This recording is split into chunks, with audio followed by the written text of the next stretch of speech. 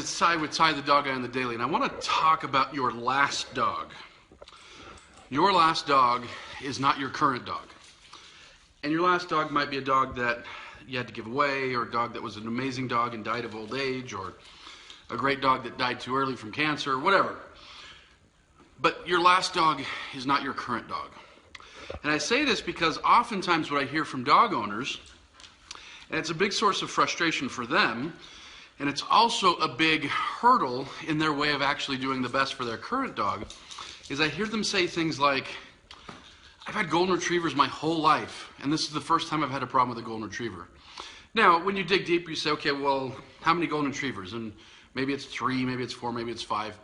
And so really, what they're saying is, I've had 4 representatives of the breed, and now I've got one that's hard. I can't believe this. And so, and it's not just golden retrievers. I've heard this with, countless breeds over the years, and it's always like this source of shock and frustration for these owners, saying, oh, gosh, I've had these dogs my whole life, and maybe it's not even a breed. Oftentimes I hear people say, I've had dogs my whole life, and this is the first time I've had a problem.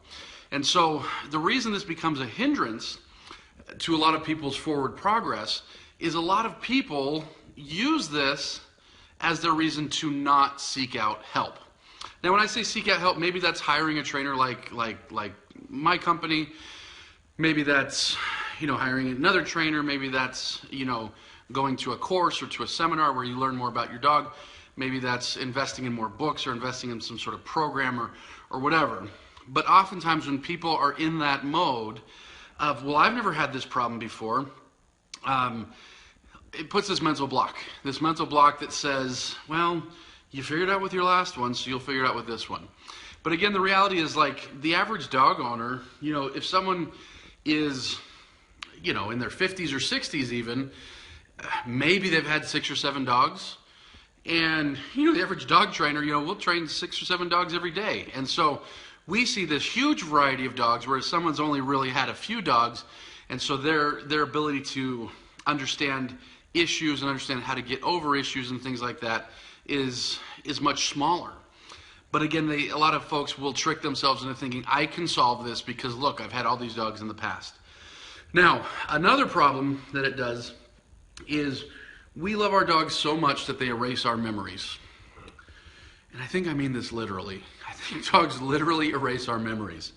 Because if you talk with, again, I've had this conversation numerous times, and maybe it's husband and wife, maybe it's brother and sister, whatever, but numerous times where, gosh, our last dog was so amazing.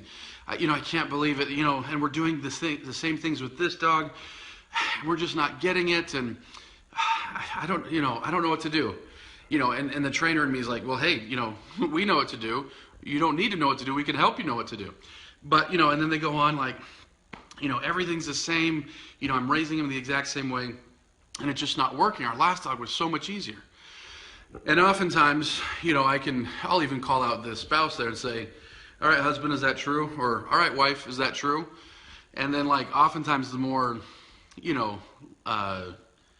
logical, maybe, of the pair says, no. Like, our last dog, yeah, it took us a year before he stopped chewing. He was always jumping on people. Yeah, he was a great dog, but, he had these same issues, or he had a whole different, other set of issues or things like that. So like I say, oftentimes when you're in that mode of like, I can't believe this. My last dogs were so amazing. They probably were, By the time, they were 4 or 5 years old, they had calmed down, and you had, a great 5 to 8 years with them. And so your memory is of that great stuff. Now, that's not a problem. It's good to remember the great stuff. But the problem is when, like I say, it's when that gets clouded, and that clouds our memory of what we did, or clouds our memory of, because like I say, oftentimes talking with husband and wife, husband says, I don't think we need to do this training. We figured it out with the last dog. When you talk with wife, or again, maybe the roles are reversed, and wife says, no, the dog just eventually grew out of it when it was 4 or 5 years old.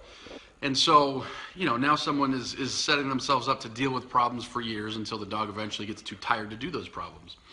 And so, your past dogs are not the same as your current dogs. If you have more than one child, your one child is not the same as your other child. Every dog has different needs. Every dog has different wants, every dog has different desires, every dog has different challenges. And so it's not fair to look at every one of our dogs, even if they've all been the same breed, same gender, whatever, or various breeds, whatever. It's not fair to look at them and say, hey, what I did with the last one worked, so I might as well just keep trying that with this one. You know, it's like Einstein said. I always like to quote Einstein, it makes me sound smarter. And I'm not even quoting, I'm paraphrasing. But he said something to the effect of, you can't solve a problem with the same mindset that created the problem.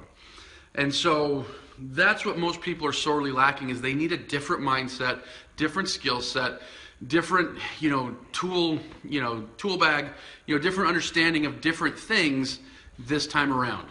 So if that's you, if I'm describing you as someone that needs something different, don't keep living in the past where the dogs were amazing and brought you breakfast in bed. Live in the here and now where you've got an awesome dog, but a dog that needs help. What is it going to take to figure out how to help that dog through the behavioral challenges? Probably not going to be the same thing as the last one. So consider that.